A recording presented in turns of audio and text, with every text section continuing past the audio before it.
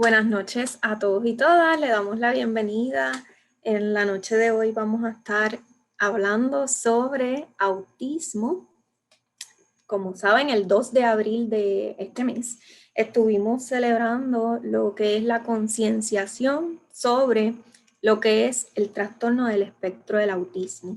Y hoy tenemos dos invitados bien importantes para nosotros, que son Jorge Báez Morales y el doctor Jorge Rivera, que nos van a estar hablando un poquito sobre este tema. Voy a estarlos presentando y hablándoles un poquito sobre ellos. Jorge Báez Morales es interno doctoral del programa PsyD de Psicología Clínica en el consorcio de internado de la Ponce Health Science University, donde realiza su rotación en el Centro Ponceño de Autismo y el Wellness Center. Posee un bachillerato en psicología y salud mental con énfasis en consejería y rehabilitación vocacional de la Universidad de Puerto Rico en Ponce. Su área de interés ha estado dirigida en la educación, evaluación, terapia e investigación de condiciones del neurodesarrollo. También su tesis, ¿verdad?, es en lo que es el trastorno del espectro de autismo. Ha rotado por los pasados 3 años como practicante y ahora interno en el Centro Ponceño de Autismo, a la vez que ha servido como de asistente de cátedra para varios cursos.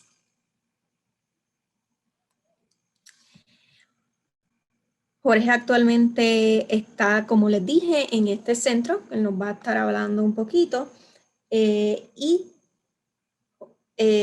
doctor Jorge Rivera Peña, quien nos acompaña también en la noche de hoy, es doctor en psicología clínica del Albizu, ¿verdad? Su estudio doctoral es en la Carlos Albizu.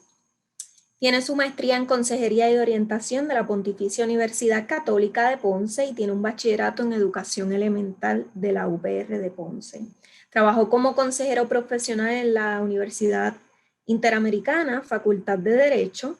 Actualmente está trabajando como consejero en un vet center en Springfield, Massachusetts. Es miembro del Comité Asesor Comunitario del Estudio de Spark Autismo y es parte, ¿verdad?, del estudio, es parte del estudio genético de autismo más grande a nivel mundial. Así que le damos la bienvenida a ambos. Buenas noches. Buenas noches, gracias. Gracias por la invitación. Buenas noches, encantado.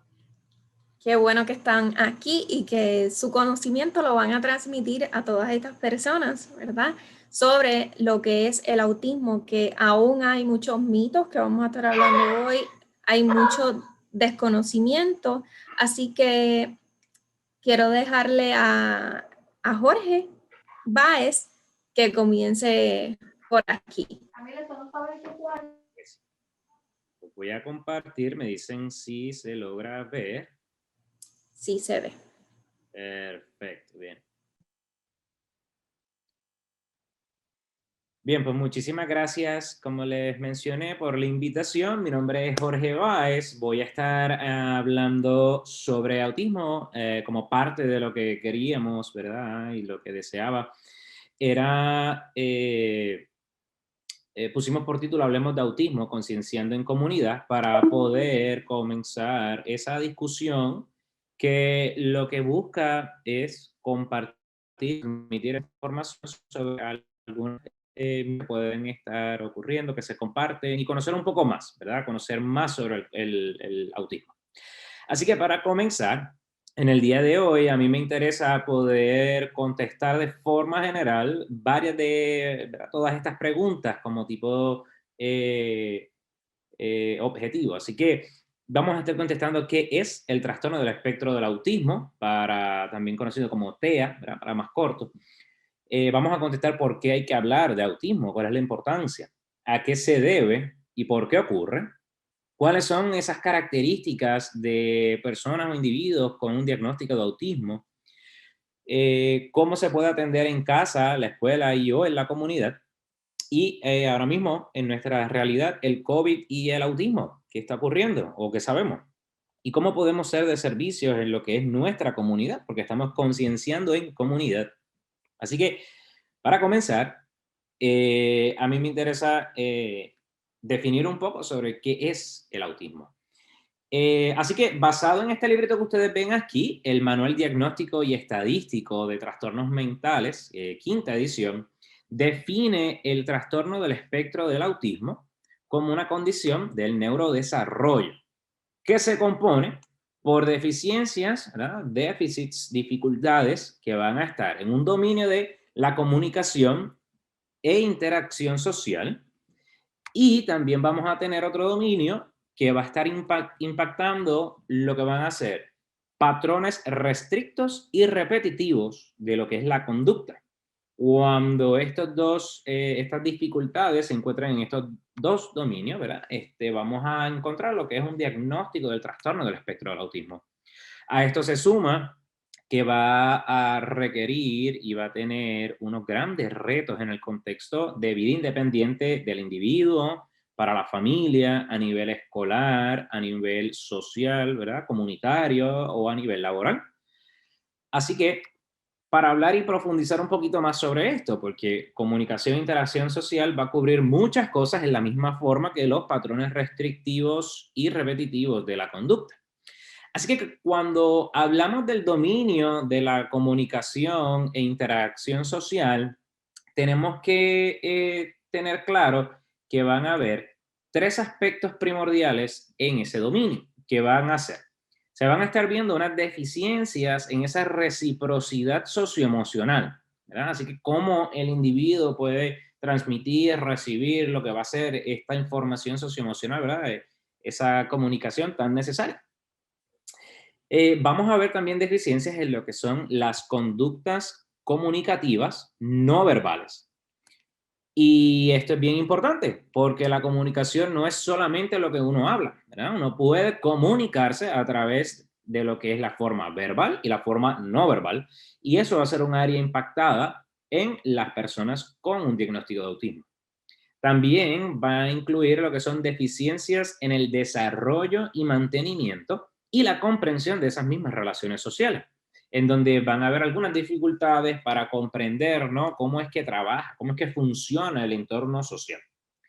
Ahora bien, en el otro aspecto, que van a ser los patrones restrictivos y repetitivos de la conducta, vamos a ver que hay 4 criterios diagnósticos, ¿no?, que van a comprender lo que es el habla, movimiento o uso de objetos de manera estereotipada o repetitiva. Vamos a ver también lo que va a ser la inflexibilidad en sus rutinas o patrones de comportamiento.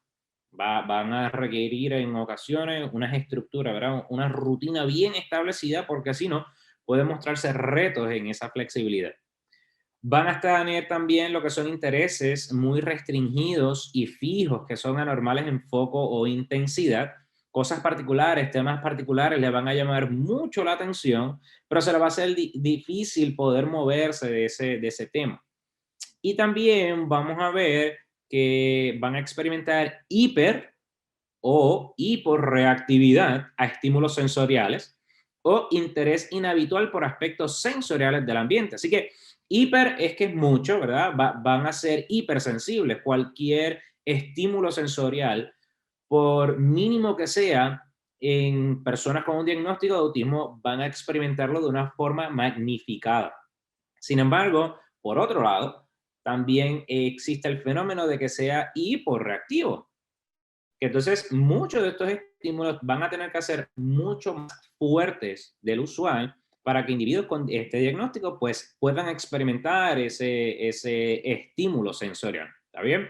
Más adelante voy a estar regresando un poquito sobre esto para hablar un poco sobre ejemplos de lo que son algunos de estos criterios diagnósticos. Así que es bien importante que se sepa que para un diagnóstico de autismo tienen que cumplirse con los 3 criterios de lo que es el componente de comunicación e interacción social, y al menos con 2 de los 4 de los patrones restrictivos y repetitivos de la conducta. Adicional a esto, vamos a ver, antes hablaba mucho del autismo de alto funcionamiento, autismo de bajo funcionamiento, van a escuchar también el Asperger's, es que él tiene un diagnóstico de Asperger's o ella tiene Asperger's, ¿verdad? Eso ha sido diagnósticos que han ido evolucionando mediante lo que ha sido la investigación científica y la literatura.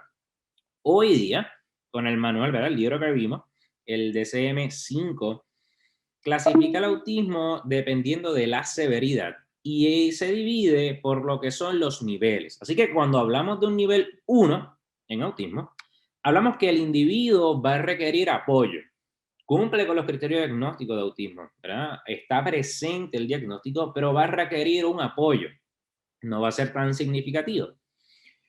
Cuando hablamos de un nivel 2, vamos a hablar que el individuo va a requerir apoyo sustancial. Así que van a haber unos retos aún mayores, van a haber unas dificultades aún mayores que va a requerir mayor apoyo. Y cuando hablamos de un nivel 3, es que el individuo va a requerir un apoyo muy sustancial, ¿no? Este sería uno de los niveles más significativos, porque entonces las deficiencias van a ser mucho mayores. Y es bien importante entender que los niveles de severidad se van a dividir dependiendo del criterio diagnóstico, ¿verdad? O dependiendo de dónde están las mayores déficits o deficiencias. Así que un individuo puede tener un diagnóstico de autismo con un nivel 1 en lo que es la comunicación e interacción social, pero un nivel 2 en lo que va a ser los patrones restrictivos y repetitivos de la conducta y viceversa, ¿verdad? Pueden darse estas manifestaciones. Ahora bien, ¿quiénes diagnostican el diagnóstico de autismo, verdad? Si yo quiero saber si mi niño, un familiar, un adolescente, un adulto, tiene autismo, ¿a dónde voy? Pues como el manual diagnóstico y estadístico de la salud mental, ¿verdad? El DSM-5, bien habla que es enfocado en la conducta, y el autismo nosotros lo diagnosticamos mediante lo observable, mediante la conducta. Pues siempre y en la mayoría de las ocasiones se va a realizar informes clínicos, ¿no? de evaluación que lo realizan psicólogos o neuropsicólogos para dar un diagnóstico de autismo. No obstante, no son los únicos. Un psiquiatra pediátrico, un pediatra, neurólogos también pueden dar un diagnóstico de autismo. No obstante, en la mayoría de las ocasiones se va a hacer un referido para que exista un informe, ¿verdad? Psicológico formal que establezca entonces el diagnóstico, pero que también considere el perfil de fortalezas y necesidades, porque no meramente nos podemos quedar con el diagnóstico, ¿no? Porque podemos decir, bueno, sí, tiene un diagnóstico de autismo, pero ¿cuáles son las implicaciones, no? ¿Cuáles son sus fortalezas? ¿Cuáles son sus necesidades? Y para eso va dirigida entonces estas evaluaciones psicológicas, ¿verdad? Psicodiagnósticas más formales. Ahora bien, pero ¿por qué hablar de autismo? ¿Verdad? ¿Por qué usted está viendo este vídeo? ¿Por qué está aquí presente? Bueno, además de que abril es el mes de la concienciación del autismo, es importante hablar del autismo porque investigaciones recientes, ¿verdad? Y digo recientes del 2016 para acá, han encontrado una prevalencia de 1 por cada 68 niños entre las edades de 4 a 8 años en Estados Unidos han sido diagnosticados con el trastorno del espectro del autismo.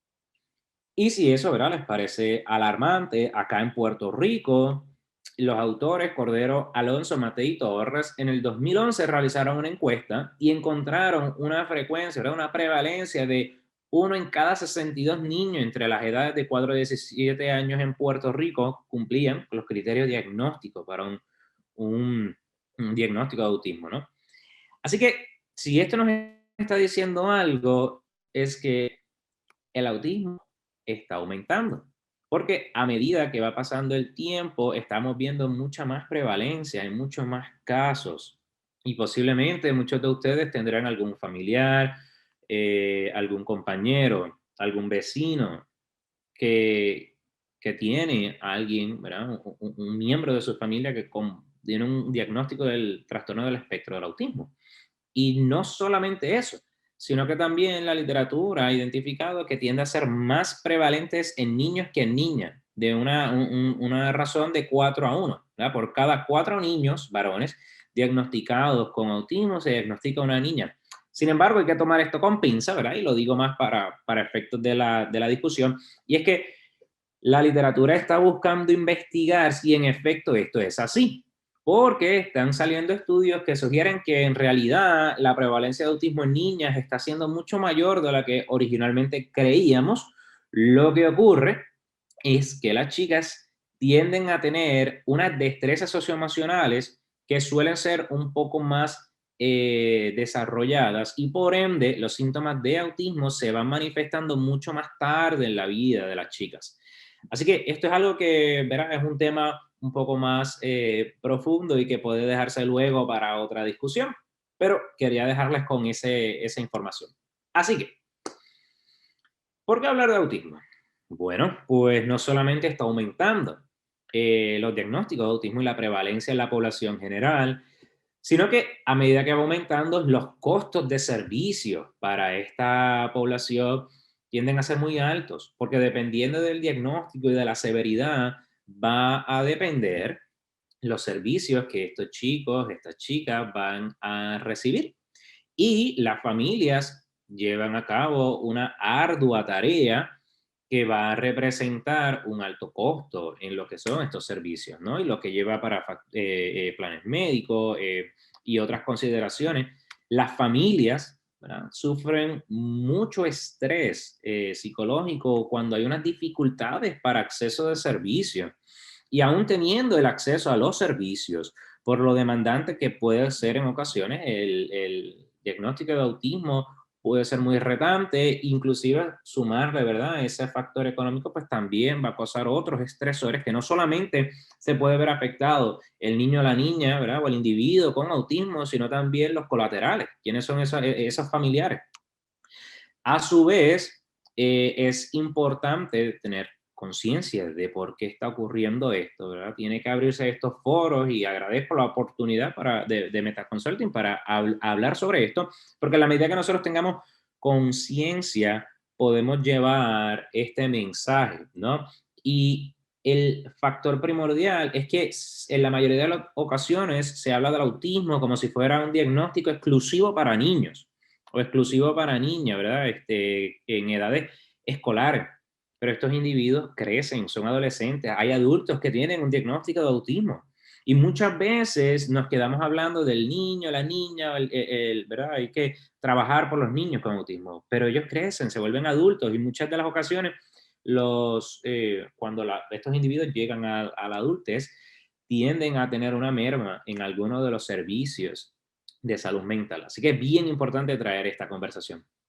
Y también hay que hablar de autismo porque muchas de las personas que tienen este diagnóstico enfrentan otras condiciones que más adelante voy a estar discutiendo, que no solamente repercuten a nivel verbal, a nivel de comunicación, a nivel de interacción social, a nivel conductual, sino también en la salud física, que es importante considerarlo cuando estamos en estos círculos, ¿verdad?, en estas discusiones. Ahora bien, ya hablamos sobre qué es el autismo, ¿verdad? Cómo podemos observar cuáles son esos criterios diagnósticos. Hablamos por qué es importante, pero ¿a qué se debe? ¿Por qué ocurre? Probablemente se estarán preguntando. Pues miren, la realidad del asunto es que parte de la información y la vasta información de la literatura científica nos dice que al momento la razón es desconocida.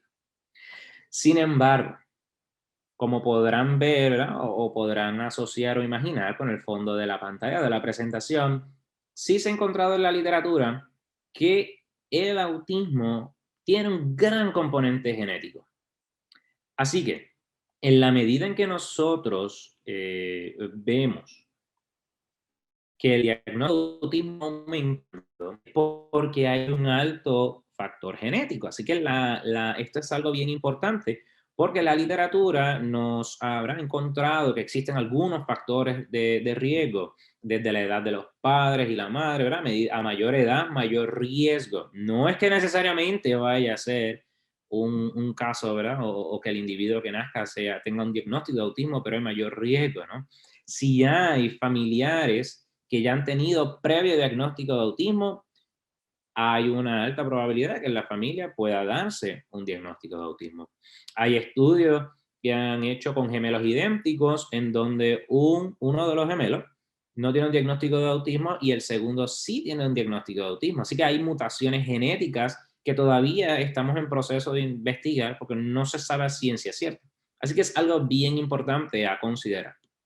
Adicional a esto, se ha encontrado en la literatura que hay teratógenos, ¿verdad? Productos nocivos que pueden tener una influencia en que, ¿verdad? En cómo se dan estas mutaciones genéticas que producen a su vez lo que van a ser el diagnóstico de autismo. Porque como dije al inicio, el autismo es una condición del neurodesarrollo, neuro refiriéndose a lo cerebral, ¿verdad? Y el desarrollo que se da. Así que ocurren insultos, lo que llamamos insultos, ¿verdad? Una dificultades a nivel del material genético, que entonces, a medida que se va desarrollando ese niño, esa criatura, ese cerebrito, cuando nace y a medida que se va desarrollando, comenzamos entonces a observar lo que fueron los diagnósticos que discutí al inicio, ¿no? Y es bien importante saber esto, porque en muchas ocasiones, muchas personas hablan de que, claro, muchos familiares, y es entendible por las preocupaciones que puede traer, que el niño o la niña nació y estaba realizando muchas de las destrezas esperadas, su desarrollo se estaba viendo bien, interactuaba, miraba a los ojos, respondía el nombre, pero de momento dejó de hacer eso, ¿verdad? Eso es lo que se llama una regresión. Y eso, a medida que lo hemos estudiado, pues se ha encontrado que hay un fenómeno llamado la poda sináptica, ¿no? Que entonces el cuerpo humano, en su sabiduría, ¿verdad? La naturaleza, a las edades, a estas edades, ¿verdad? Toddlers, como le dicen, entre los 6, 12, 18, 2 años, se van dando una poda sináptica en donde se eliminan unas neuronas que a lo mejor no se van a utilizar, pero por alguna razón que todavía no está completamente comprendida, ocurre de más y puede darse algunas de estas dificultades a nivel conductual, que vemos entonces como el trastorno del espectro del autismo. ¿Ok? Ahora bien, ya vimos que entonces el autismo, aunque la razón, ¿verdad? La causa y el efecto es desconocida, sí conocemos que es multifactorial, ¿verdad? Múltiples factores, múltiples cosas lo que permiten o lo que crean las condiciones para que se dé el diagnóstico de autismo. Y la mayor carga está a nivel genético y a nivel ambiental, ¿verdad? Pero les pregunto, hablando más allá del autismo, porque pues como sabrán, llevamos esta racha de la pandemia del COVID, ¿se han vacunado ya? ¿Tienen la vacuna o no la tienen? Bueno, pues espero que sí. Sí la tienen, perfecto. Pues aquellos que la tengan me alegro muchísimo. Los que no la tengan aún, pues espero, ¿verdad? Que puedan vacunarse. Lo que sí estamos bien seguros de que no causa el autismo, pues son las vacunas. ¿Y por qué es esto? Bueno, es importante traer el tema porque en este momento particular de nuestras vidas que se habla mucho sobre las vacunas, si me la voy a poner, si no me voy a poner la vacuna del COVID, pues de lo que sí estamos seguros es que las vacunas no causan el autismo. Hay mucha creencia, lamentablemente, mucha desinformación por un estudio fatídico que ocurrió, que estaba plasmado de desinformación, insinuando que las vacunas causaban el autismo, pero ese artículo científico se desmintió. Y no solamente eso, sino que en Dinamarca, en el año 2019, se realizó un estudio con unas 657.461 niños, en donde los siguieron por un año completo a medida que le iban vacunando con esta vacuna que ustedes ven aquí, que es el sarampión, la rubéola y el mumps, porque querían pues, verificar si en efecto la vacuna tiene o no una relación. ¿Y qué encontraron? Pues mira, encontraron que la evidencia fuertemente argumenta que las vacunas no aumentan el riesgo de autismo. ¿no? Y no me crean a mí, este es el paper, ¿verdad? El artículo científico, que aquí está en ese cuadrito, en ese recuadro rojo, la referencia, y al final también, para que si están interesados puedan buscarlos. Porque es importante en estos momentos de tantas redes sociales, tanta información que está ocurriendo, saber diferenciar de las fuentes fidedignas y de la desinformación. ¿Ok? Así que las vacunas no causan el autismo, vacúnese si usted entiende, ¿verdad? Que es lo más saludable. Y como yo sé que todos conocemos el like, pues vamos a darle like a las vacunas porque es importante para volver a la normalidad lo más pronto posible. Ahora bien, ya hemos hablado sobre varios temitas, pero ¿cuáles son las características de un individuo con autismo? ¿No? Porque usted me puede decir, bueno, ya dijiste los criterios diagnósticos, pero entonces, ¿cómo yo sé si, ¿verdad? ¿Cómo se manifiesta? ¿Cómo yo puedo verlo? ¿Verdad? ¿Cuál es ese rostro? Porque muchas personas a veces, y no sé si les ha pasado, aquellos que tengan algún familiar o aquellos que trabajan, ¿no? En lo que, con esta población, como es mi caso, muchas veces se escucha, ay, pero es que no parece que tiene autismo. Y uno ahí se pregunta como, bueno, pero ¿y cómo debe parecerse a alguien con un diagnóstico de autismo? Bueno, pues la realidad del asunto es que el autismo tiene muchas formas. Pero bien, antes de pasar a eso, les pregunto yo, ¿qué es esto que ustedes ven aquí? ¿Verdad? Así que si ustedes pueden decir, pues bueno, una barra de colores, claro, es correcto, pero este es el espectro de los colores, ¿no? Y como bien sugiere el nombre, el espectro, ¿verdad? Va desde un extremo a otro, varía en intensidad y en variabilidad en forma, es heterogéneo, cambia mucho. Pues eso mismo pasa con el diagnóstico del trastorno del espectro del autismo. ¿Por qué? Porque hay muchos rostros en el autismo. Lo vamos a ver desde la edad de, ¿verdad? Desde los 6 meses, desde los 12 años, ¿verdad? De los 18 meses, los 2 años. Los esfuerzos diagnósticos están dirigiéndose a que en estas primeras edades, desde los 6 meses que comienzan a identificarse algunos de los signos y síntomas, hasta los 18, 2 años, mientras más pronto pueda diagnosticarse el autismo, mejor.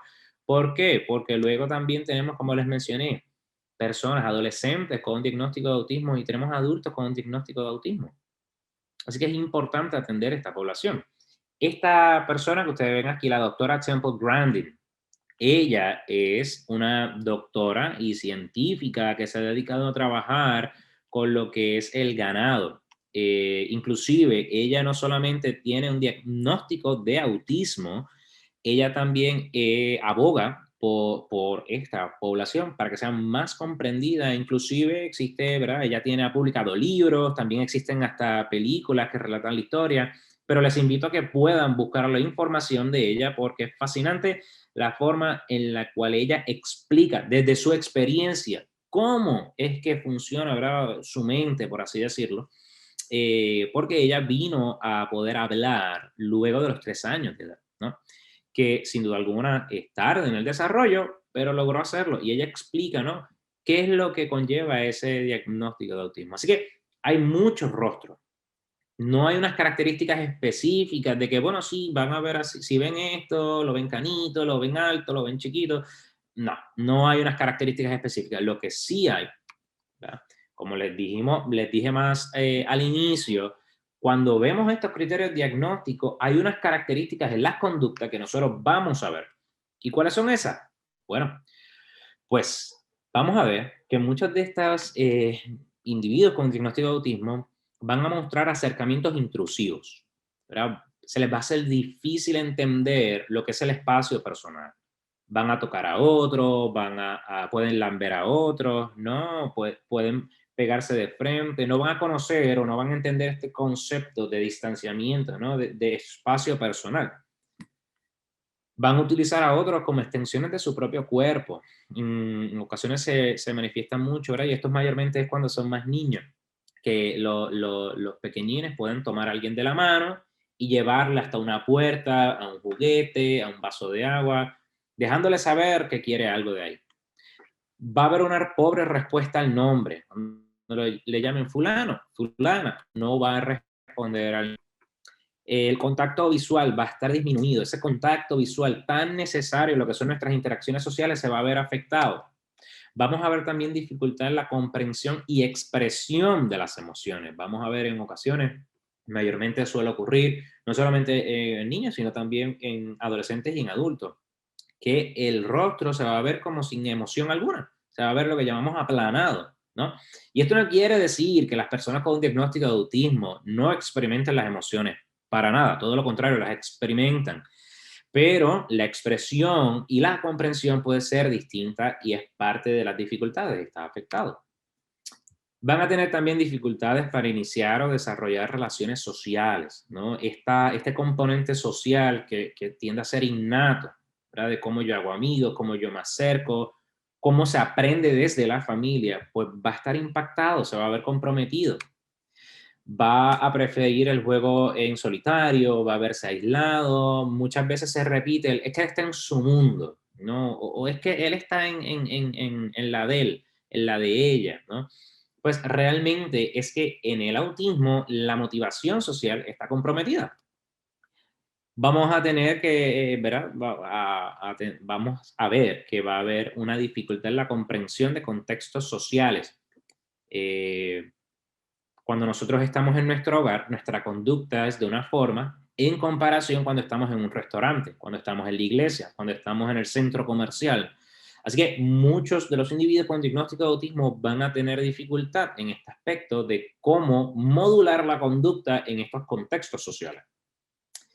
Va a haber el uso de la jeringosa, el uso de la ecolalia, ¿verdad? Que ecolalia viene del eco, que repiten lo último que escucharon. Va a haber movimientos repetitivos del cuerpo, van a ver que en muchas ocasiones van a hacer esto, lo que le dicen el aleteo, ¿verdad? El flapping, cuando se emocionan, que brincan en un mismo lugar, que caminan de punta, ¿verdad? Son partes, movimientos complejos que son repetitivos. Vamos a ver también inflexibilidad cognitiva, como la hablé al principio, que va a tener dificultad en transicionar, cambiar de actividades. Van a haber intereses altamente fijos o restrictos. Muchas ocasiones y en estos tiempos, ¿verdad? Que hay tanta tecnología, muchos de los jóvenes pueden interesarse por el Fortnite, por el Minecraft, por alguna caricatura, por algún tema en particular, la robótica, las ciencias, ¿no? Así que parte de esta premisa, ¿no? Y también, como le hablé al principio, va a haber una hiper o hiposensibilidad. Y pueden darse ambas. ¿Okay? Esto es bien importante. No es que va a ser uno o el otro. Un individuo puede ser hipersensible a los ruidos altos, ¿verdad? Que le molesten, que se tape, se lleve las manos a los oídos porque le molestan los ruidos, pero puede ser hiposensible a lo que es el sentido del tacto. Así que a lo mejor busca tocar cosas, va a tener estos patrones de búsqueda. ¿Está bien? Así que es importante tener todo esto en cuenta, que aunque no hay, ¿verdad?, esta imagen específica, hay muchos rostros, ¿verdad? Hay muchas manifestaciones dentro de lo que es el diagnóstico del autismo, porque, como dice el nombre, es un espectro, ¿no? Van a haber diversas manifestaciones y por eso es importante que clínicos profesionales bien formados y con un adiestramiento apropiado y buena supervisión puedan realizar las evaluaciones para que se dé con el diagnóstico correcto y que se identifique el perfil de fortalezas y necesidades. Ahora bien, algo bien importante dentro de lo que van a ser las características de individuo con autismo es que la literatura ha identificado que existe una alta comorbilidad, ¿no? Y comorbilidad significa que se da en conjunto, se dan a la vez, ¿verdad? Puede darse a la vez un diagnóstico de trastorno del espectro del autismo, pero también suele ser muy común una discapacidad intelectual por las dificultades en el aspecto de la comunicación y las destrezas de vida independiente. La discapacidad intelectual, por si algunos, ¿verdad?, no saben o no conocen, antes se le conocía como retardo mental, pero por la alta connotación negativa que esto tenía, pues se modifica y ahora se habla de una discapacidad intelectual que conlleva otros aspectos, pero que no vamos a entrar ahora. Ahora bien, hago aquí una salvedad. Aunque esto sí es cierto, sí se ha encontrado que, como antes se llamaba Asperger's, Aspis le decían, hay individuos con un diagnóstico que, como hablamos del espectro, están en la otra esquina, ¿verdad? Hay otro aspecto que entonces pueden manifestar grandes habilidades cognitivas y tener un cociente intelectual, una inteligencia, ¿verdad? Que tiende a ser más elevada, más significativa. ¿Ok? Pero esto es bien importante que se conozca. Otra de las características y que suele ocurrir mucho, déficit de atención con hiperactividad o el ADHD, como se dice, el TDAH, tiende a ser altamente comórbido con lo que es el diagnóstico del espectro del autismo, lo cual implica otros retos adicionales. Muchos de estos individuos van a tener también problemas de aprendizaje, así que es importante conocer esto. Van a haber problemas de habla y lenguaje, van a haber, a medida que van siendo más, ¿verdad? Van creciendo, son niños, son adolescentes, son adultos, pueden experimentar desórdenes del estado del ánimo, depresión, ansiedad, porque ante las dificultades, ¿verdad? Y la demanda social que va a haber en su entorno, pues pueden experimentar estos síntomas, ¿ok? Problemas motores gruesos y problemas motores finos van a ser uno de los retos en estos chicos y chicas. Y también problemas gastrointestinales y de sueño, porque respondiendo a la misma hipersensibilidad, tienden a tener un menú de comida, ¿verdad? Un repertorio de comida muy limitado.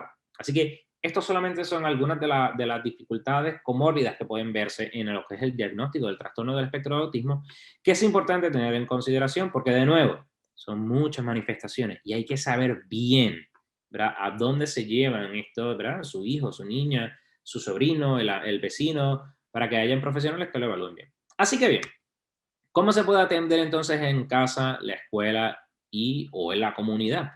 Bueno, como les mencioné, la salud es un componente integrativo y como están viendo, el diagnóstico de autismo cubre demasiadas partes. Así que es bien importante tener en cuenta que una de las consideraciones más significativas y que continuamente la literatura científica nos habla es que la mejor línea de tratamiento en el autismo va a ser la intervención conductual, específicamente el componente del análisis aplicado de la conducta o ABA, que es como se le conoce, porque tiene una metodología muy conductual que va bien dirigido a manejar este componente, pero no debe quedarse solamente ahí. También la terapia psicológica enfocada en el entrenamiento de destrezas sociales y de destrezas socioemocionales. Terapia de habla y lenguaje va a ser bien importante. Lo que va a ser la terapia ocupacional y física, lo que va a ser la terapia educativa por los problemas de aprendizaje, lo que va a ser ¿verdad? El tratamiento con nutricionistas para poder encontrar líneas y alimentos necesarios y asegurar que haya esa alimentación apropiada.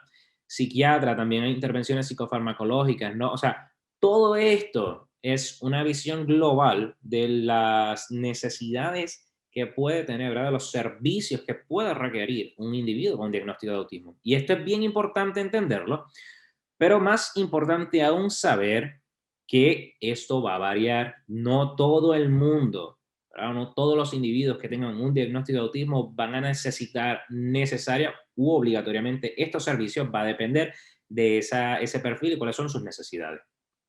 Ahora bien,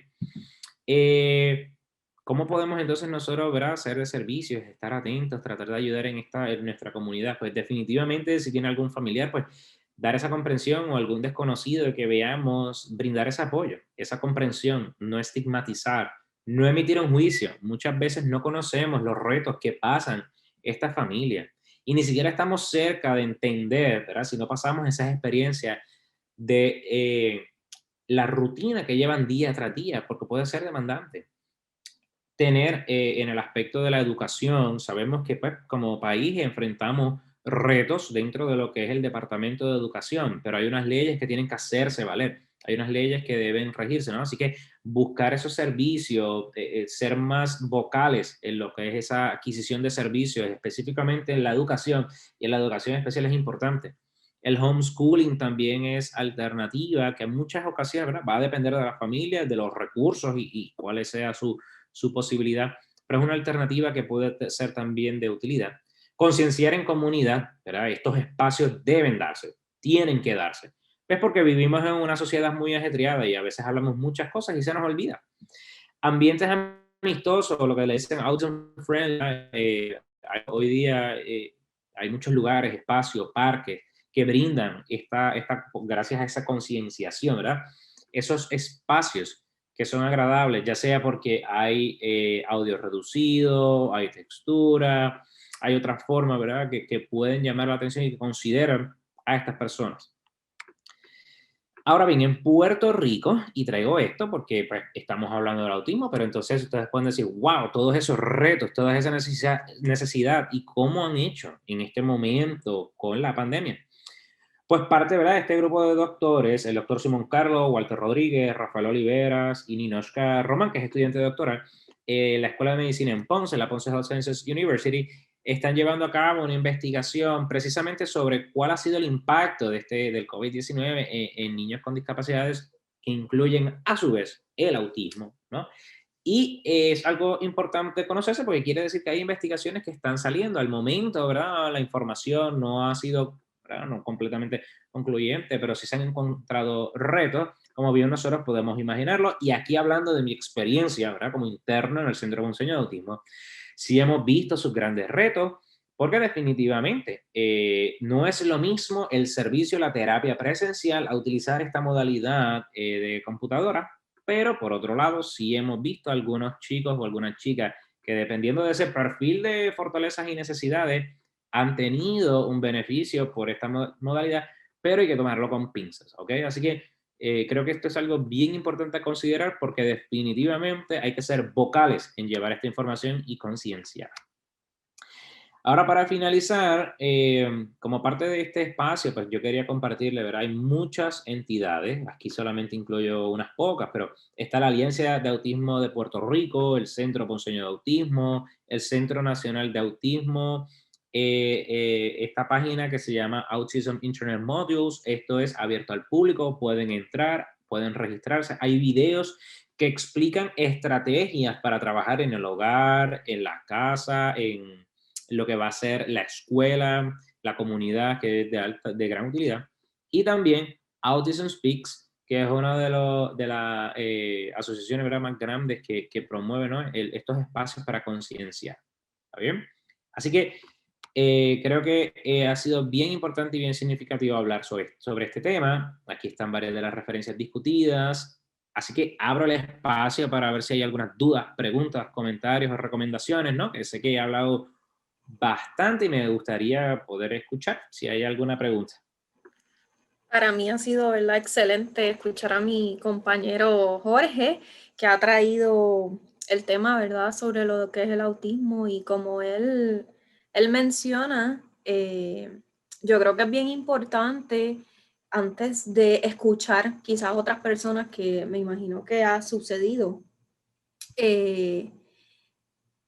Como que esta amiga o este familiar dice, el nene yo creo que tiene autismo, o, ay, el nene no habla.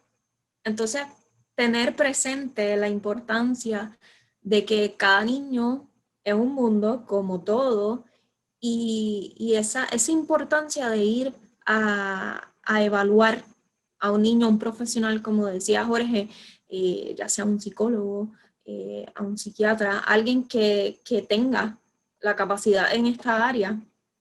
Así que es bien importante. Correcto. Porque uno oye, ¿verdad? No sé si ¿verdad?, lo más seguro te ha pasado. A veces uno escucha a las personas diciendo como que, ay, mira, ese nene no habla a esta edad, el mío ya hablaba, y esas comparaciones no son buenas porque la realidad es que, ¿verdad?, tienen que pasar por un proceso de evaluación, y eso es algo muy, muy importante. Correcto, correcto. Así que, Jorge, gracias por toda esta valiosa información. Así que si tienen preguntas, nos las pueden escribir. De igual forma, como este taller está siendo grabado, lo vamos a estar poniendo en Facebook. Igual, si hay preguntas, te las vamos a estar dejando saber para que nos ayudes también a contestarlas. Así que vamos a pasar ahora con el doctor Jorge Rivera para que se incorpore un poquito con esto y nos hable desde su experiencia con lo que es el autismo y como padre de un niño que tiene dicha condición. ¿Verdad? Gracias a Meta Consulting. Yo soy parte también de Meta Consulting Group. Gracias a Lorimar, a Oscar y a Jorge por la presentación excelente, de verdad, les felicito y le agradezco, ¿verdad?, todo el trabajo que están haciendo, tanto en CEPA y todos los profesionales que están trabajando con niños con autismo o con cualquier problema del neurodesarrollo, los niños neurodiversos, niños y niñas, ¿verdad? Para mí es un honor, ¿verdad?, conocer personas que están dando la milla extra, que se están capacitando, que están investigando y que están abriendo camino en Puerto Rico y en otras partes para mejores servicios para esta población que yo les voy a ser breve. Yo no tengo una presentación de PowerPoint, yo lo que, ¿verdad?, vengo a hablar más de la experiencia como padre, en este caso también como profesional, pues soy psicólogo clínico y consejero, pero sí quería decirle que todo lo que habló Jorge, pues nosotros como padres pues lo vivimos, entiéndase, empezamos pues a verlo, habían ya señales de antemano que lo que dijo Jorge como señales de riesgo, por decir, mi esposa para ese tiempo pues tenía alrededor de 37 años, sufrió de preeclampsia. Aparte de eso, mi niño nació con bajo peso al nacer, entiéndase 4 libras con 8 más o menos onzas. Fue prematuro. Y pues ya todo eso, pues ya daba, ¿verdad?, unas banderas que había que seguir monitoreando. Estuvimos monitoreando con el pediatra hasta que antes de los 2 años, pues ya notábamos pues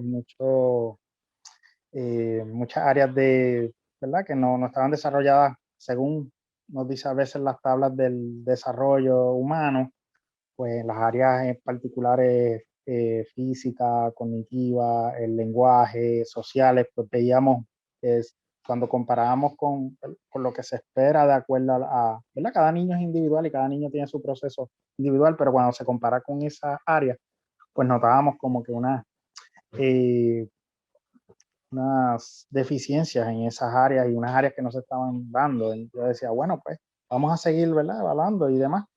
¿Qué pasa? Él entra en intervención temprana, en esta parte de avanzando juntos, entonces ahí pasa un referido, seguimos, le hacemos una evaluación del habla en la Universidad Carlos Albizu.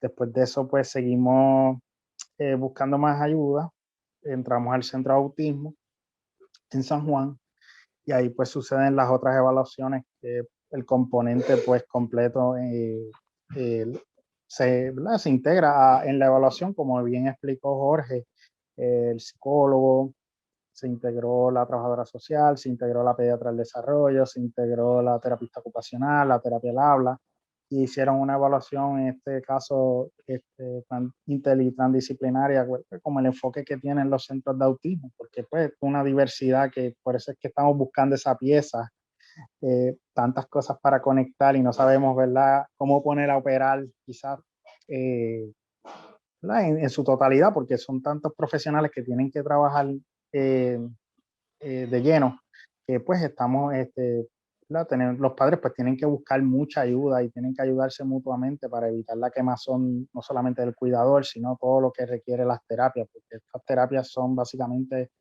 nosotros estuvimos de lunes a sábado básicamente en terapia. Así que es retante, pero sí, cuando tienes un diagnóstico, el diagnóstico llegó en diciembre del 2016, en los 3 años, empezamos de los dos, ya dos a finales, ya había entrado en educación por el habla y ya en diciembre del 2016 pues eh, llegó el diagnóstico de autismo y ya de eso pues nos abrió paso para hacer un cambio de diagnóstico en en lo que se conoce como el PEI, que es el Plan Educativo Individualizado. Y ahí pues hicimos un cambio de diagnóstico y se abrió el espacio a seguir evaluando y obviamente a otros servicios de terapia, que eso es bien importante. Se abrió el espacio para la terapia ocupacional, evaluación de terapia psicológica, evaluación de terapia física, hubo también terapias en esa área, habla y lenguaje y así sucesivamente, hasta disfagia, porque pues, algunos niños tienen problemas con tragado y demás, pues eso pues, afecta también no solamente pues, la nutrición y entre otras áreas también, igual también cuando tienen el frenillo sublingual, pues también le afecta en la comunicación y le afecta también en la nutrición, el tragado y todo lo demás, pues eso también se opera con un dentista pediátrico. Casi todo yo diría que hemos visitado casi todas las definiciones de pediátrico. Cuando usted analiza pediatra del desarrollo, es bien importante que usted conozca la función del profesional y usted lo puede buscar o si no, usted va a ser su mejor abogado para su hijo, su mejor defensor y su mejor cuidador si está educado y si nos seguimos educando, porque de esto se trata. Yo no lo sé todo, aunque tenga la experiencia, me sigo educando con estos temas, abriendo espacio, abriendo camino también con los familiares y los grupos de apoyo, pues son sumamente útiles para el manejo de esto, ¿verdad? Porque recibir el diagnóstico es como un duelo, créame, es mi único hijo y yo exhorto también a los psicólogos y a los profesionales cuando dan un diagnóstico, pues que tengan la sensibilidad y que le den a ese padre esperanza, porque hablarme con los libros y hablarme también quizás como también hacemos los psicólogos, ¿verdad? Que hablamos con teorías y enfoques, sí es bueno, pero en ese momento como padre yo quiero saber cuánto sería mi mayor funcionalidad con mi hijo, porque yo no quiero un infante para toda la vida. O sea, cuánto yo quiero tener en el espectro de funcionalidad, que eso es lo más que estamos buscando, como dijo Jorge, en las destrezas de vida independiente. Si ustedes me preguntan a mí ahora mismo, mi enfoque es más de vida independiente que cognitivo. ¿Por qué? Porque la vida independiente en él va a dar paso a que pueda quizás estar en un lugar semi-independiente bajo la supervisión de un adulto o alguien que lo pueda supervisar cuando nosotros no estemos. Es el pensamiento que todo padre con niños con autismo se lleva a la mente todas las noches. ¿Qué pasaría si yo no estoy? Por eso tenemos que adiestrarnos a nivel legal también, cuando den algunos talleres a nivel legal, para saber lo que son los fideicomisos, lo que son, en este caso, cuando hay una donación o cuando hay las sucesiones, todo eso porque no sabemos, ¿verdad? A veces queremos abrirle una cuenta a estos niños de ahorro y después no sabemos que después de esa cuenta de ahorro puede ser contraproducente si le aprueban el seguro social en otro lugar porque obviamente toma en consideración ese ingreso. Así que hay que estar bien adiestrado en esa parte, pero la ventaja es de poder haber llegado a las otras evaluaciones, abrieron la posibilidad de las otras terapias y si logra las terapias en un mismo lugar sería lo ideal. Lo ideal es que Puerto Rico siga abriendo espacios a sí mismo, a terapias que sean todas en el mismo lugar, porque estos padres, yo sé que se cansa uno, se desgasta. El Departamento de Educación desgasta en el sentido de cuando tienes que ir a enmendar el PEI, cuando tienes que llevar el informe, luchar por que te den la terapia, haga la querella, busque el remedio provisional. Mire, yo hice toda esa peregrinación, también hice querellas hasta en la Comisión de Derechos Civiles a nivel federal, cuando la Alianza Autismo es una de las aliadas sumamente vital, así que usted tiene que estar con ellos de la mano y ellos les van a ayudar también el paso a seguir. Yo seguí la guía que ellos dan porque estaba al principio, me estaba paralizado. Yo decía, espérate, no habla y no sabía ni qué paso seguir, qué ¿verdad? Estructura debo llevar con mi hijo y ellos tienen una buena guía pues, que te ayuda a seguir los pasos, igual los padres que ya pasaron por esos primeros años. Mi hijo ahora tiene 7 años, pero seguimos aprendiendo. Ahora mismo él está en el enfoque de análisis de conducta aplicado, lo cual le ha sido muy bueno.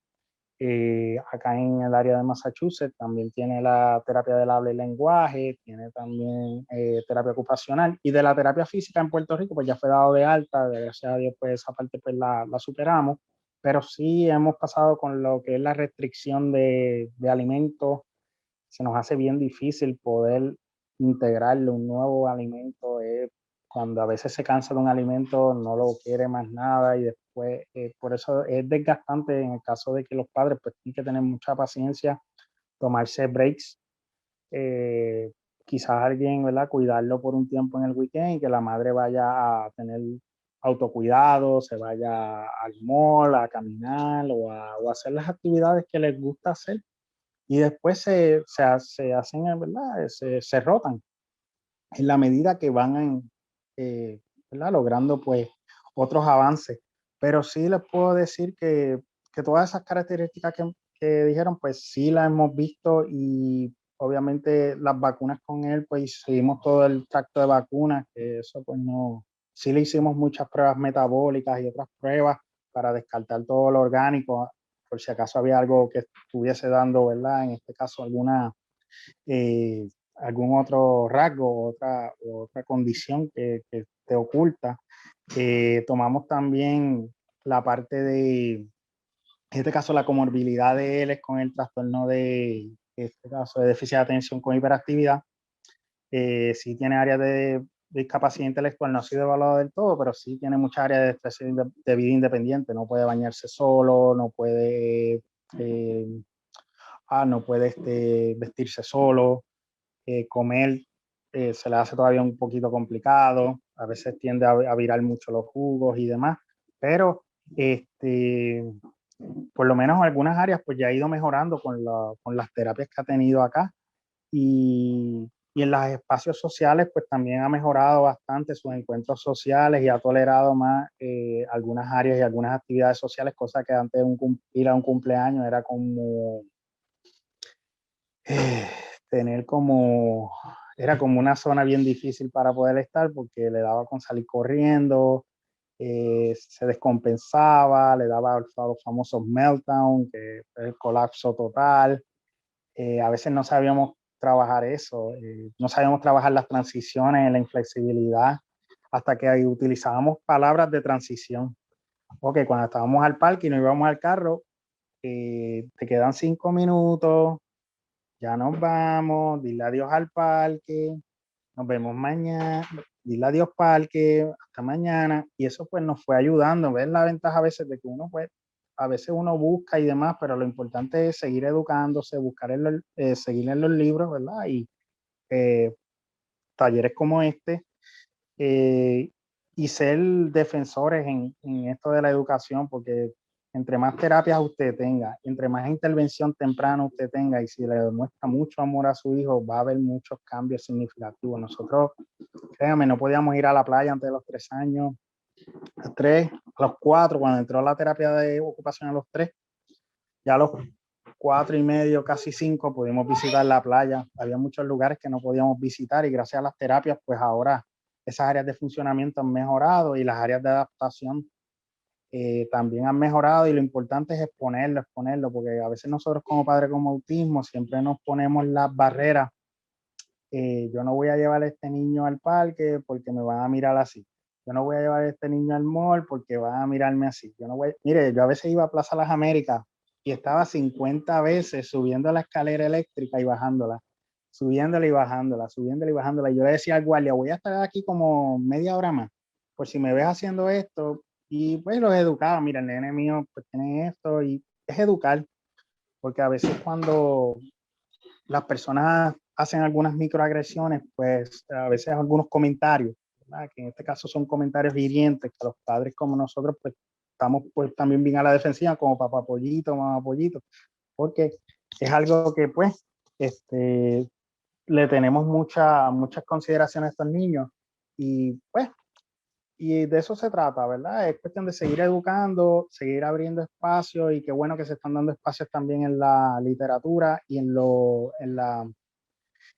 la televisión, con programas de tanto como eh, El Tigre, en este caso Sesame Street, con Julia, entre otros, ¿verdad? Se está dando la diversidad y la inclusión un poquito más, y eso pues está ayudando para que exista más servicios, y esto de la ley vida pues tenemos que seguir explorando más opciones para estos niños, opciones de vivienda, opciones de tratamiento, y que también capaciten a los profesionales, que el gobierno por lo menos los ayude con algunos estipendios para que los profesionales de Puerto Rico puedan certificarse en tratamientos nuevos o basados en la evidencia que están corriendo, que yo sé que capacitarse pues también es costoso, porque requiere de entrenamiento, internado, supervisión, post-consultoría, entre otras cosas. Así que eso es bien importante y pues no les voy a tomar más tiempo porque yo sé que ya estamos cortitos de tiempo, pero sí mi recomendación con los padres para finalizar es que estén pendientes de, bien importante, del plan educativo individualizado, que incluyan cualquier persona en la discusión del compu. Pueden llevar psicólogos, pueden llevar consejeros, estudiantes de psicología o de consejería, alguien que usted se sienta cómodo, intercesores, que se sienta cómodo para que vele por los derechos de sus hijos, leerse los derechos de educación especial, y usted pelee con eso, pelee con la ley para que no le pase como el caso de Rosalía Vélez, ¿verdad? Que obviamente le estaban eh, entorpeciendo esos servicios en cuestión de los servicios de educación especial, y que sigan pues entre más componentes usted tenga de tratamiento con su hijo o su hija, yo entiendo que ahí es que está la clave del éxito, porque no podemos decir que una terapia en su totalidad va a hacer todos los cambios que usted espera en su hijo. Esto es como un equipo. Hay que trabajar en equipo y hay que integrar un equipo y que todos trabajen para el mismo fin. Así que básicamente, si usted le pregunta a un padre, va a decirle de esa vida independiente, lo cognitivo puede esperar, pero sí que mi hijo pues que sea bañar, pueda comer, pueda hacer algo en microondas. Ya mi nene pues calienta algo en el microondas, sabe poner el botón y da 30 segundos y pues calienta pues alguna cosa. Y que entienda las instrucciones, que entienda instrucciones y las transiciones, y es cuestión de no aislarse y no frustrarse en el proceso. Va a haber momentos que nos van a dar ganas de llorar, nos van a dar ganas de entregar la lucha y no seguir luchando, pero esto es una carrera de resistencia. Así que les exhorto a eso. Más adelante la compañera Lorimar le puede poner después en el chat la historia o en la página de Meta nuestra historia que nos reseñaron en el área de Spark, el estudio genético de autismo. Seguimos también contribuyendo a la ciencia, así que intégrese en todos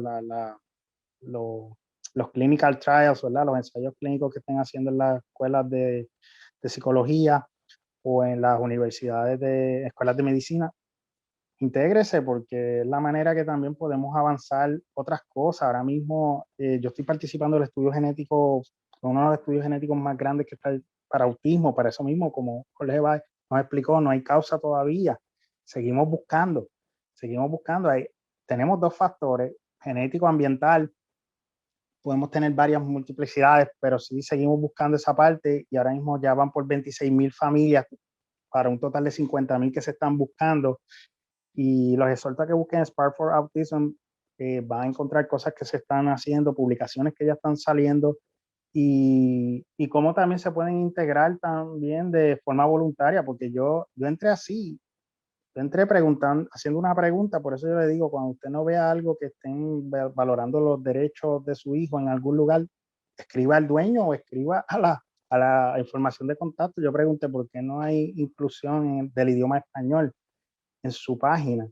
Y ahí pues salió la oportunidad pues de integrar ahora están integrando la comunidad puertorriqueña, latina, afroamericana, la comunidad asiática americana. O sea, está integrando ahora mayor diversidad, porque si usted quiere tener un buen estudio, tiene que también tener diversidad.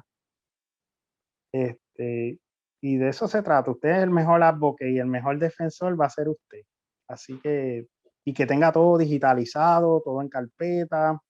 Nosotros tenemos todo un archivo completo para nuestro hijo con las evaluaciones, pay, todo, porque si usted en algún momento, Dios quiera o no, se tiene que mudar o tiene que trasladarse de un lugar a otro, no tiene que volver a empezar a decir la misma historia, pues lo envía y listo. Así que oriéntese de todos los servicios y busque todos los servicios que pueda tener, y conecte con gente, es lo más importante, y con profesionales. Esa es mi mayor aportación. Muchas gracias por la oportunidad y por estar aquí esta noche con ustedes. Estamos a sus órdenes y también nos ponemos a la disposición de seguir ayudando a otras familias, porque esa es nuestra misión de vida y no vamos a parar.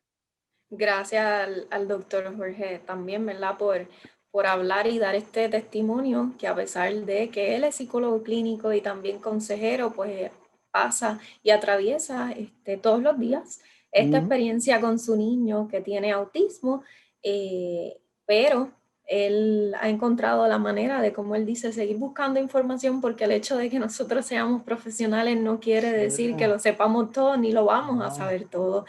Igual que mi compañero Jorge Báez, él ha estado 3 años consecutivos haciendo su práctica clínica en lo que es el centro de autismo, y como quiera tiene que seguir aprendiendo, así que estamos en un constante aprendizaje y todavía nos falta.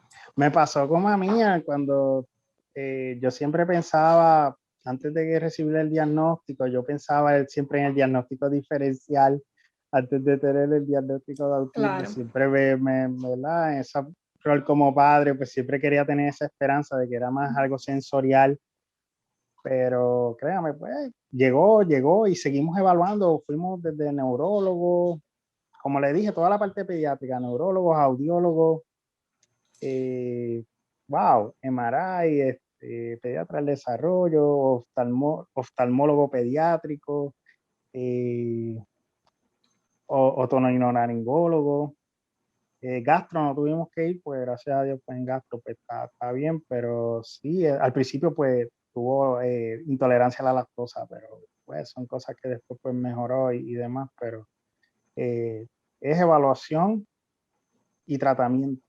Esto es lo más importante aquí. Y seguimiento. Esas 3 palabras, usted va a tener eso y no rendirse. Esa es este es el mindset que hay que trabajar en los padres. Gracias por compartir eso, y nosotros también, ¿verdad? Estamos para ayudar y seguir educando, y el proceso de, ¿verdad? El propósito de este taller, además de seguir llevando el mensaje y hablando sobre lo que es el autismo, también oírlo a través de la propia voz, ¿verdad? De lo que es un padre que vive eso día a día. Así que te enviamos un fuerte abrazo y estamos aquí contigo para todo lo que necesites. Como mencioné al principio, Jorge Báez, su disertación es en autismo, así que saldrá por ahí. Esperemos que en algún momento se publique, y cuando se publique también lo pondremos en nuestra página, porque tenemos que aprender más. Así que muchísimas gracias a todos los que estuvieron aquí, a nuestros recursos de la noche de hoy. Así que les agradezco por su tiempo, por su paciencia con nuestros problemas técnicos y por todo ¿verdad? Su desarrollo del tema en la noche de hoy. Así que muy buenas noches y nos vemos pronto. Gracias, buenas noches.